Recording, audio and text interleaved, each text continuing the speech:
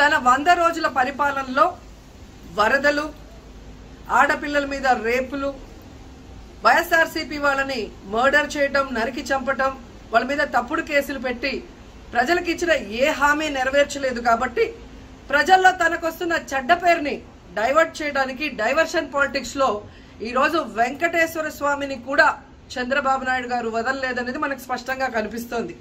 ఎందుకంటే ఆయనకి ఎప్పుడు అలవాటు, ఎప్పుడెప్పుడు ఆయనకి చెడ్డ పేరు వస్తుందో అప్పుడు ఏదో ఒక ఇష్యూని ఆయనే క్రియేట్ చేస్తాడు. దాన్ని తన వర్గీయులతో పబ్లిసిటీ చేయటం, దాని మీద డిస్కషన్లు చేసి ఎదుటి వాళ్ళ మీద నిందలు వేయటం ఆయనకు అలవాటే. కానీ ఈ రోజు మీరు చూస్తే సాక్షాత్తు టీటీడీలో తిరుమల లడ్డూ మీద ఇంత దిగజారుడుతనంగా చంద్రబాబు నాయుడు గారు మాట్లాడతారని ఎవరు ఎక్స్పెక్ట్ చేయలేదు. ఈ రోజు ఆయన మాట్లాడాక ప్రతి ఒక్కరు కూడా చీకొట్టడం మనం గమనిస్తూనే ఉన్నాం. ఎందుకంటే సాక్షాత్తు చంద్రబాబు నాయుడు గారి కొడుకే చెప్పాడు టీటీడీలో ముఖ్యమంత్రికి ఎటువంటి సంబంధం ఉండదు అని. అలాంటప్పుడు జగన్మోహన్ రెడ్డి గారు ఏదో దగ్గరుండి తిరుపతి లడ్డూలో యానిమల్ ఫ్యాట్ ని మిక్స్ చేయించినట్టుగా ఆయన ఈరోజు ఆరోపించడం ఎంతవరకు సబబని నేను అడుగుతున్నాను. ఒక్కసారి మీరు గమనించండి, చంద్రబాబు నాయుడు గారు ముఖ్యమంత్రి అయిన తర్వాత జూన్ 21వ తేదీ ఈవోగా శ్యామలరావు గారు మరి అక్కడికి రావడం జరిగింది. నెయ్యి వాసన చూస్తూ లడ్డూలో స్వచ్ఛమైన నెయ్యిని మేము వినియోగిస్తున్నామని ఆయన చెప్పడం కూడా మీరు అందరూ గమనించుంటారు. జూలై 6వ తేదీ 12వ తేదీ 2 సార్లు ట్యాంకర్లది టెస్ట్ చేయడం జరిగింది.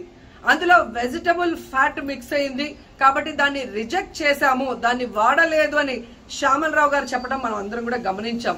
అలాంటిది 2 నెలల తర్వాత ఇప్పుడు చంద్రబాబు నాయుడు టీటీడీకి సంబంధించిన దాన్ని టీడీపీ ఆఫీస్ లో ప్రెస్ మీట్ పెట్టి ఇలా యానిమల్ ఫ్యాట్ కలిసింది అని ఒక నింద వేసినప్పుడు దాన్ని సమర్థిస్తూ మళ్ళీ శ్యామలరావు గారితో ప్రెషర్ పెట్టి ప్రెస్ మీట్ పెట్టించి ఎలా మాట్లాడిచ్చారో మీ అందరూ కూడా గమనించారు. సాక్షాత్తు నారా లోకేష్ గారే చెప్పారు టీటీడీతో ముఖ్యమంత్రికి సంబంధం లేదు అని. అలాంటప్పుడు జగన్ గారి మీద ఎలా నిందలేస్తారని నేను అడుగుతున్నా.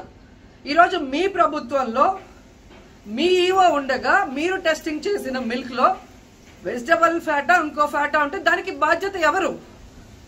శ్యామలరావు గారా, లేదా ప్రభుత్వంలో ఉన్న చంద్రబాబు నాయుడు గారా, లేదా ఎవరు టీటీడీ బోర్డులో ఉన్న మెంబర్సా? సో ఇది ఒకసారి మనం ఆలోచించాల్సిన విషయం. అంటే ఈవో గారు తాను జాయిన్ అయినప్పుడు ఏం చెప్పాడు, ఈ రోజు చంద్రబాబు నాయుడు ప్రెషర్ పెట్టాక ఏం చెప్పాడు అనేది భక్తులందరూ కూడా గమనించాల్సిన విషయం. రెండవది మీరు చూస్తే చంద్రబాబు నాయుడు డైవర్షన్ పాలిటిక్స్ ఎప్పుడూ చేస్తుంటారు. అలాగే ఈ రోజు ఆ తిరుమల కొండ మీదకి జగనన్న అధికారంలో ఉన్నప్పుడు మోడీ గారు వచ్చారు, అమిత్ షా గారు వచ్చారు, ఎక్స్ సీజే రమణ గారు వచ్చారు, ప్రెసెంట్ సీజే గారు వచ్చారు. అంతెందుకు చంద్రబాబు నాయుడు ఫ్యామిలీతో సహా వెళ్ళాడు, పవన్ కళ్యాణ్ గారు వెళ్ళారు. లడ్డూలో ఏ మాత్రం రుచి తేడా ఉంటే ఆ రోజే వాళ్ళు కంప్లైంట్లు ఇచ్చుంటారుగా, ఎందుకు కంప్లైంట్లు ఇవ్వలేదు? ఇప్పుడు ఆ 5 సంవత్సరాల్లో ఏదో జరిగిందని నింద వేయటానికి ఈ రోజు టీటీడీని ఎంచుకొని తిరుమల తిరుపతి దేవస్థాన ప్రతిష్టను దిగజార్చడం ఎంతవరకు కరెక్ట్ అని భక్తులందరూ కూడా ఒకసారి ఆలోచించాల్సిన అవసరం ఉంది. అండ్ మూడవది, ఈ రోజు ఎవరైతే బీజేపీ నాయకులు కూడా మాట్లాడుతున్నారో వాళ్ళని నేను అడుగుతున్నా, ఇదే టీటీడీ బోర్డులో మెంబర్లుగా బీజేపీకి సంబంధించిన వాళ్ళు ఉన్నారు.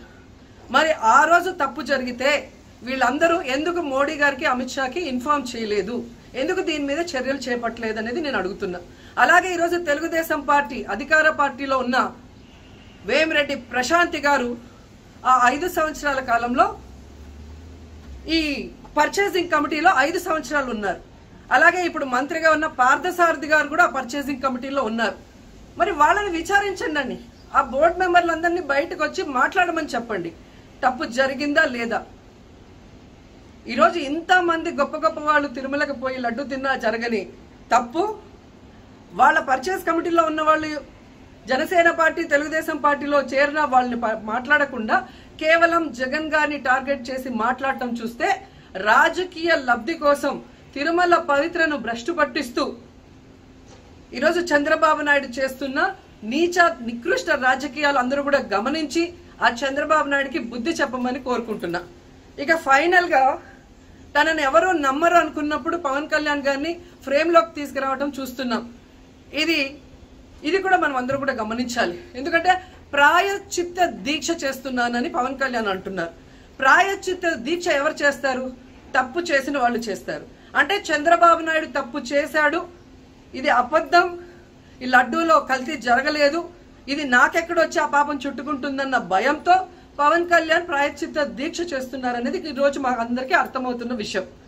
ఎందుకంటే ఈ రాష్ట్రంలో తిరుమల కొండ మీద 1000 కాళ్ల మండపాన్ని కొట్టేసింది చంద్రబాబు నాయుడు. దుర్గా గుడిలో క్షుద్ర పూజలు చేయించింది చంద్రబాబు నాయుడు.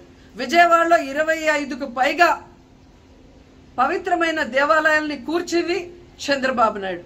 పూజల్లో బూట్లు వేసుకొని పూజలు చేస్తూ అన్ని తొక్కేసింది చంద్రబాబు నాయుడు గారు.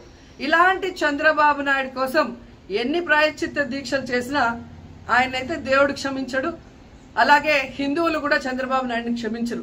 ఆ పాపం నుంచి తప్పించుకోవడానికి పవన్ కళ్యాణ్ చేస్తున్న ఈ 11 రోజుల ప్రాయశ్చిత్త దీక్ష పవన్ కళ్యాణ్కి మాత్రమే పనికొస్తుంది. కాబట్టి ఇకనైనా తిరుమల తిరుపతి దేవస్థానాన్ని అడ్డం పెట్టుకుని జగనన్న మీద దుమ్మెత్తి పోసే కార్యక్రమాల్లో ప్రతిష్టగా దిగజారిస్తే తిరుపతి అమ్మాయిగా నేను ఊరుకునేది లేదని కూడా ఈ సందర్భంగా తెలియజేసుకుంటున్నాను.